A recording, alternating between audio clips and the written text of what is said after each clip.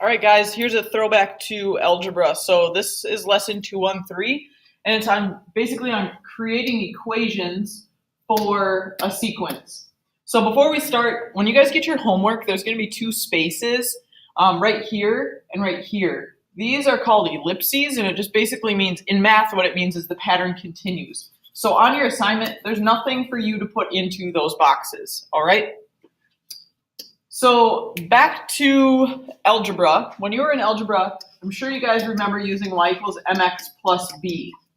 M, if you recall, was always your slope. That was your pattern. It was what was happening to the data. So the slope was your pattern. And then b was your y-intercept. What that always was your start value. So when we look at these tables today, there's going to be two things that we're looking for, and those really correlate exactly to slope and y-intercept. So first we're going to look for the pattern, which is like your slope. That's your m. The second thing we're going to look for is what I'll call the start, which is like the zero term, which is b. Okay? So we're going to be looking for these two things, and then we're going to make an equation based on that. So first, let's find the pattern. So the pattern from 7 to 8 is up 1, 1, 1, 1. And these are all positive. These are all positive 1. Okay? So when we write our equation, instead of x here, we have n. So when we write our equation, I can't fit it in here with my fat pen, but we're going to put the pattern in front. That slope is the pattern. Then what we need to do is we need to find the zero term. So if you look up here, we got 1, 2, 3, 4, 5. If you go backwards, 5, 4, 3, 2, 1, we get 0. If you follow this pattern backwards, 11, 10, 9, 8, 7, the start value is 6. So here we have 6, and here we have 1. When you put them together, you get 1n plus 6. We can then use this equation to solve for any number that we'd like. So we can go 1 times n is 30 plus 6. So we get 30 plus 6 is 36. Okay? So this number here corresponds to this. And the zero term right here corresponds to this and goes right there. So if we look at the next one, same thing. We're going to look for the pattern and the zero term. That's like your b, and this is your m. So our pattern here is plus 4, plus 4, plus 4, plus 4.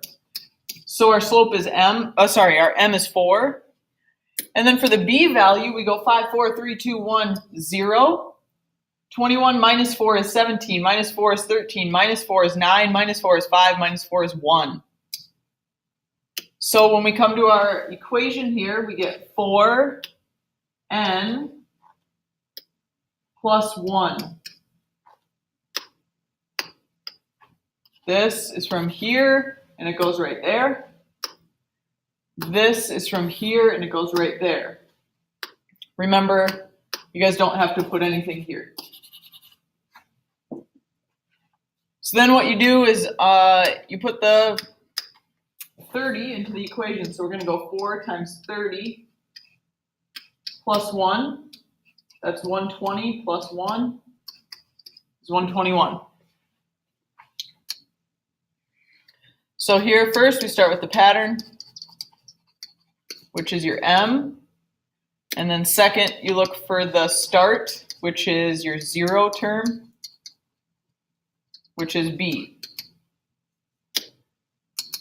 So here we went up 3, up 3, up 3, up 3. That's your m. So it's going to be 3n. Then we have to find our zero term. So we go 5, 4, 3, 2, 1, 0. If we go up moving forward, that means going backwards, we're going down. Minus 3, minus 3, minus 3, minus 3. 7 minus 3 is 4. So we go plus 4. So on the end, what we do is 3 times 30 plus 4, that's 90 plus 4 is 94. Nothing for these. All right, this one, start with your pattern. That's your M. Second, you find the start value, which is the 0 term, which is like B. So here, we're getting smaller by 2. So here we got minus 2.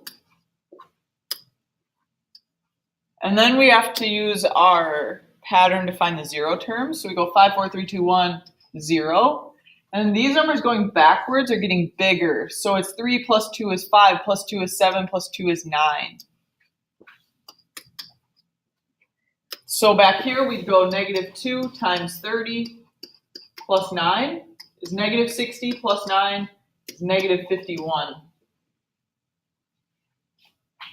Again, nothing here. And I just can't fit that into the box. All right, so this one is a little bit goofy, but we're just gonna trust the pattern, okay? So here, let's start with the blocks. So in this one, there's one block. The first figure, there's 1. In the second figure, there's 2. In the third figure, there's 3. In the fourth figure, then, it's going 1, 2, 3, 4. 5 is 5. Basically, these match up. So whatever n we are at, like whatever number we are at, that's what it's going to be. So on the 30th figure, there will be 30.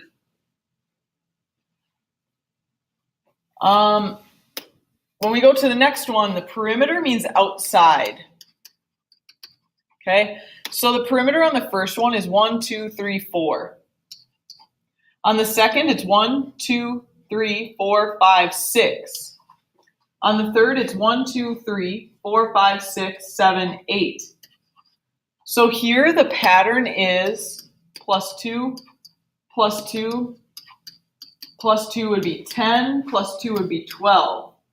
So for this, it's going to be 2n.